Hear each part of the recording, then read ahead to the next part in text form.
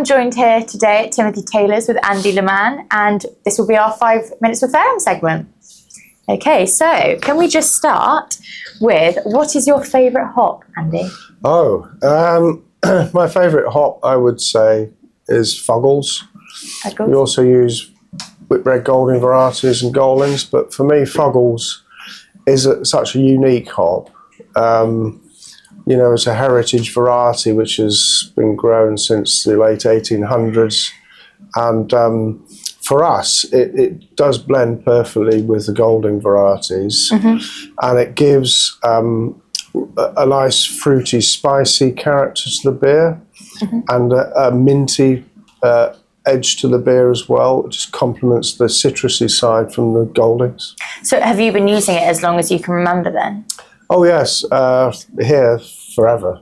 Yeah. I don't think they've ever not used Fuggles here. It's a classic, isn't it? Yeah. So you can be biased, but what is your favourite beer?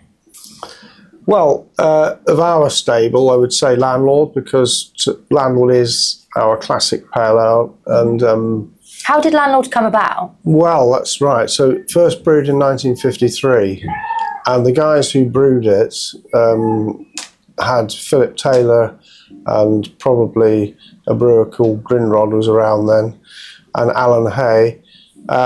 They actually had a lot of foresight because they brewed what was quite a pale beer for the time and a very hoppy beer for the time. In fact, when Michael Jackson came round the brewery, the beer writer, not the soul singer, he was asked in his article afterwards, he said, people often ask me to describe Landlord, and I'll describe it as liquid hops. Oh, wow. Which you wouldn't say these days because there's so many more hoppy beers on the market. But back then, Landlord was really the hoppiest widely available beer. Oh, very cool. So if you weren't going for one of your core ranges, what would you pick for a favourite beer? I think favourite beer to drink, a cask ale, would definitely be Harvey's Sussex Bitter. Beautiful blend of traditional English hops again and malts, real subtleties and complexities of flavours, similar in a way like Landlord does, but tasting very different. Oh, brilliant. Cool. So do you have a favourite food and beer pairing? Mostly I try to drink beer without having food. But I think Landlord goes particularly well with like a steak pie or something like that, traditional fare for me. But we also have a beer called Hopple Storm, which is our keg ale, and that goes, because of the hops we use, the more aromatic hops, goes particularly well with Asian food. Oh, interesting. So Thai food or even Chinese food. Yeah. I do love Thai food. Yeah, because then I did want to talk to you about Hoppical Storm. So that's your first ever keg, yes, isn't it? That you've done, and you were saying earlier 2019, and then it came out in 2020, didn't it? So, like, what's the story behind that? Well, the story behind it is we long think about doing a keg beer over many years, but the fact that the cask ale market has been in decline for a long time, probably more than 50 years, and although we've grown our business in that time and our volume of cask ale has gone up a lot, you do worry for the future, you know, sometimes. And so it was a point that the modern style of keg beers are much more very different from the old keg beers that came out in the 70s, which were very bland versions of traditional beers, and they're now exciting, vibrant flavours. So we just thought there's a new generation of people growing up drinking these styles of beer. You know, we should be able to offer something like that as well. For them, that next generation, isn't it? Yeah. So do you have a favourite beer destination? Do you get a chance to go? Well, as far as places, locations, I suppose Bruges, where I went for my 50th birthday, I think a fantastic place. Lovely. And obviously the wide range of beers you can get there. I wasn't a fan of sour beers at all but having been there and tasted the different types, Yeah. I do like them now, but particularly I like the doubles and the strong Belgian ales. I think they're fantastic. Yeah. So for me, that was, as far as a destination, I think the best place. Oh wow, yeah, I'd definitely like to visit there, I think. Do you have a favourite pub in the world? Do you have a local or? Yeah, I mean, we've got so many of our own pubs that are great, and Of course. To pick one out, I think I would say the Boltmakers Arms in Keighley, which is a very traditional pub, and it has no food on, but a full range of beers, and it's a tiny little pub. See, that's quite rare these days, isn't it, to not pubs not to do food? Because that was a thing like 10 years ago. Yeah. There'd be most pubs, Yeah, they're very, just be drinking pubs, very true. Yeah. It's a lovely little pub. We also have our perhaps flagship in Skipton, the Woolly Sheep, which is always a busy pub, a fantastic old building, again with the full range of beers. And there's several, I could go on. And outside of our own estate, my favourite pub is a pub called The Bell at Aldworth, which is in Oxfordshire. Oh, nice. I feel like I might have been there, It's a fantastic. It's won pub of the year for on about 3 occasions, I think. Yeah. Beautiful. Been in the same family for 170 years, I think. Wow, that's impressive. Yeah. So obviously we are in a lab right now, in your lab. So do you have an item in the brewery you couldn't live without, or is there an essential item in the lab that you find really valuable? Well, it's sad, isn't it, today? Because probably the most essential piece of equipment is my computer, my laptop. I know. But beyond that, which is just an essential tool, isn't it, these days, I was thinking about it, and I think perhaps a dipstick. So the wooden dipsticks we use to dip our vessels to gauge how much beer is in the vessel. Yeah. Without them, we've lost. Is that something that's is that an old traditional tool that's been used? Yes. It's the way vessels will, basically you gauge your fermenting vessels. Yeah. Partly for your own use benefit, but partly because the customers in excise wanted to know how much beer you got in your vessels. And the easy way to do that was, as long as your vessels are regular shape, is to use a wooden dipstick and measure the inches or centimetres, as we do now, to the level of the beer. Makes sense. Then you have a table which tells you what volume that is, much as you do for an oil tank or something. But without that, we'd lost. So the only way you can do that is to automate it with radar and things like that, or load cells. But sometimes they're inaccurate. The wooden gauging rod cannot be wrong. No. Yeah. Do you have a favourite song or album or music that you like to play on a brew day? Or? Well, we don't, because we don't have music. We're not allowed to bring any radios or anything equipment in, and we don't have a piped music system. If I was choosing music to brew with, it would probably be dependent on the beer I was brewing, I suppose. Yeah. So I was brewing a hop called Storm.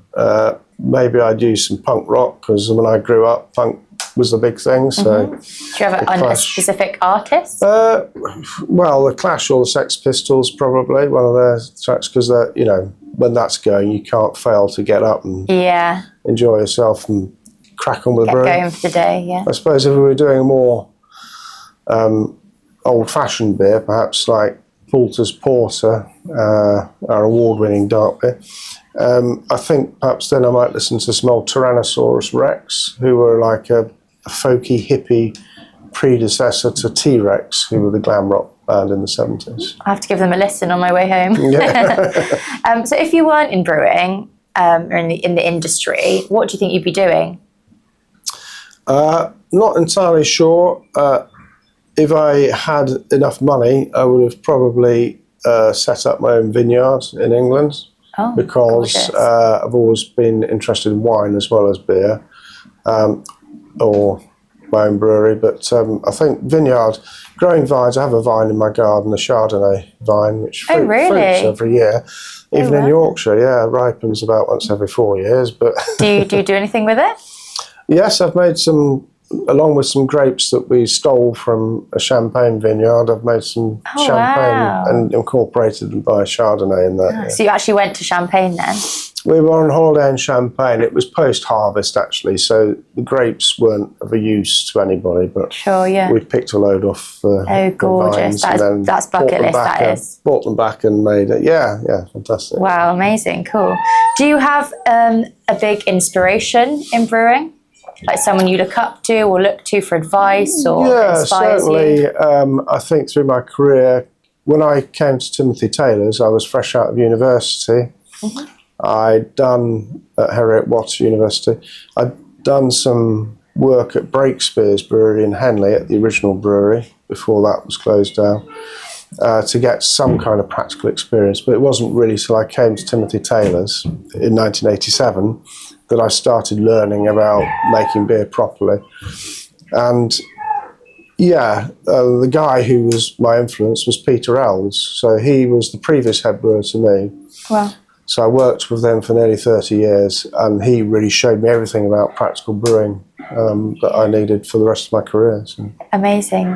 And I assume, did you study brewing at Heriot-Watt? Yes, did brewing at Heriot-Watt, yes. Okay, cool. So we've got 4 brewers here. They've all been to Heriot-Watt University. So. Oh, there's a theme. How did you know that that's what you wanted to do?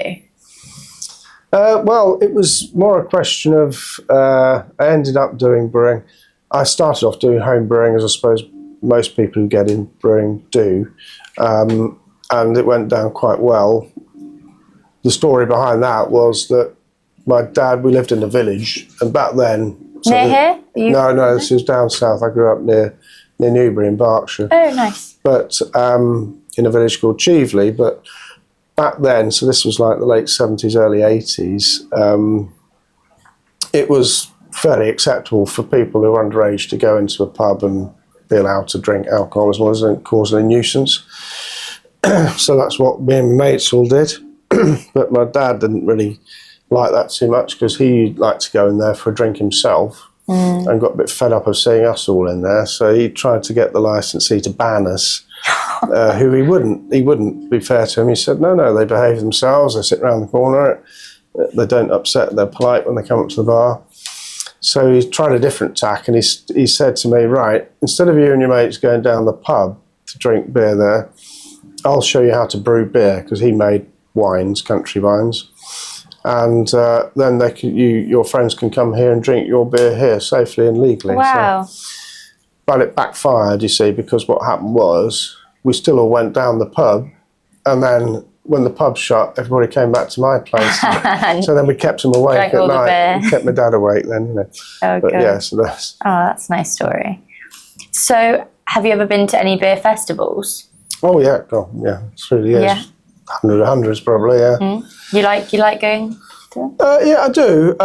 It's funny because it used to be the only way you could taste new beers, but now, of course, you don't have to go far to be able to try probably a beer you've never had before in normal pubs, you know. But I do. I like the atmosphere, and we have a local beer festival here. Well, we have 2 actually. We're very fortunate these days. We have one in Bradford at Saltaire. They run their beer festival, which is cracking one. And our local one is the Keighley and Craven branch have a beer festival in Skipton, and that's brilliant fun. And that's really nice because a lot of locals go on the Thursday, especially Thursday evening. And so you see people, publicans from pubs. It's just a great place, and they always do a good choice of beer as well. Oh, great. So do you have a hobby outside of brewing that you get a chance to do now, or would you say that is sort of your wine and champagne? No, it's not completely alcohol. No, myself and my wife, we do a lot of walking. Nice walks around here. Yeah, some great walks around here. You've got the Pennines, and most especially you've got the Dales, the Yorkshire Dales, so we do walking there quite a lot. We've just been up to north east to Northumbria. We've walked on the beach this weekend, believe it or not. in the sunshine. So it's, that's what we like doing. Yeah, I do like a nice walk, and then you end up at a nice pub at the end of it. Gosh, yesterday we ended up at a lovely pub. It was only yesterday. In a place called The Ship, and it was right on the edge of the water, the sea, looking out over there. Lovely old-fashioned pub. Has its own brewery. Oh. How far are you from the sea here? We're quite a long way. Closest is to head west here, so you'd be hitting sort of Blackpool is an hour and a bit. Oh yeah. Hour and a quarter. Yeah, nice.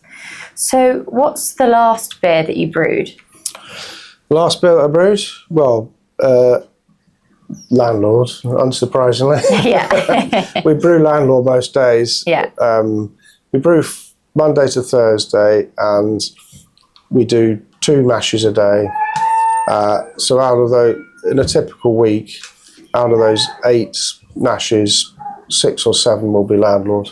Oh, so amazing. it's 80% of our production. Yeah, wow, great. How much of production is your Hoppical Storm? Hoppical Storm, it's only very small at the moment, being a new brand.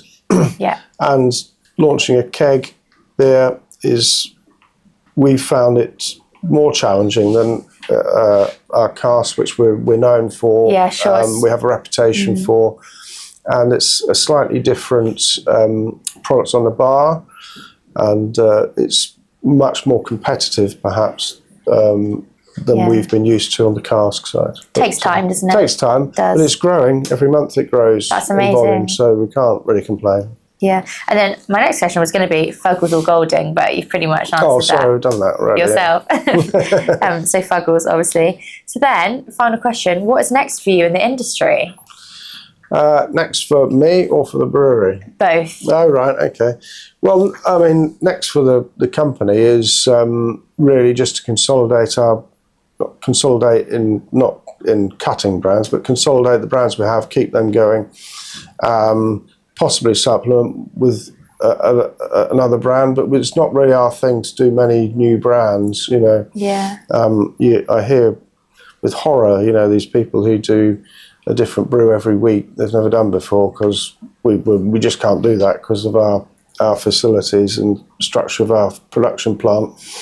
But it's nice to brew new beers, but really it's consolidating our existing brands and, you know, finding new markets for some of those beers. Cool. And then is there anything new for you For me, specifically?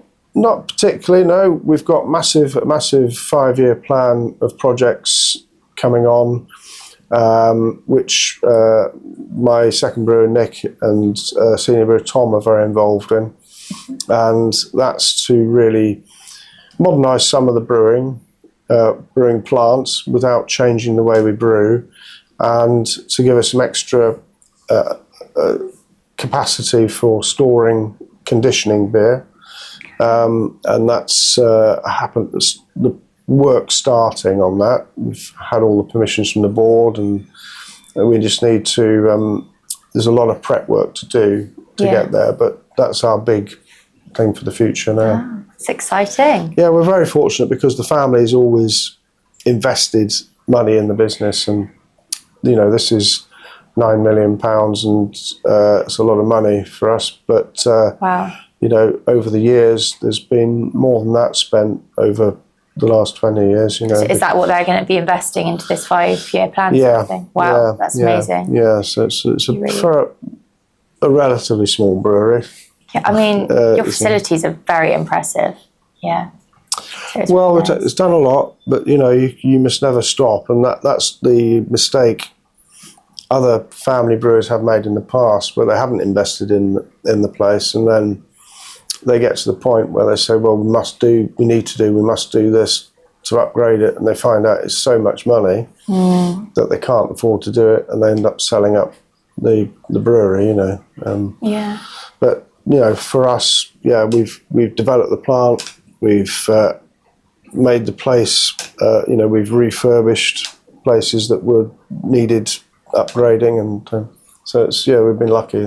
Yeah. So obviously you're a very experienced brewer. If you could give some words of wisdom or advice to a small starter or, you know, small brewery, what would it be from what you've learned? There's probably two things. The big mantra here is quality. And I mean that both in the modern day meaning of the word, which is making sure things are consistent and stay the same, and people don't deviate from recipes and mistakes aren't made. But also in the traditional meaning of the word, which is really using the best quality materials you can get to brew beer that really excites the customer and maintains that love. Excuse me. You know, people have a deep love of Timothy Taylor's beers, and that's what we're here for, really, to do that. And whether it's our Golden Promise malt, or whether it's the fantastic hops that you supply us, then you know that's what it's all about. So I would say, so quality. Once you've got your beer to the flavour you want, then it's consistency and maintaining that and keeping the quality standards high, and cleanliness is of course involved in that. Yeah, definitely. Well, I think that brings me to the end of my questions, but thank you very much. Really appreciate it. Not at all. Yeah, a really interesting chat. So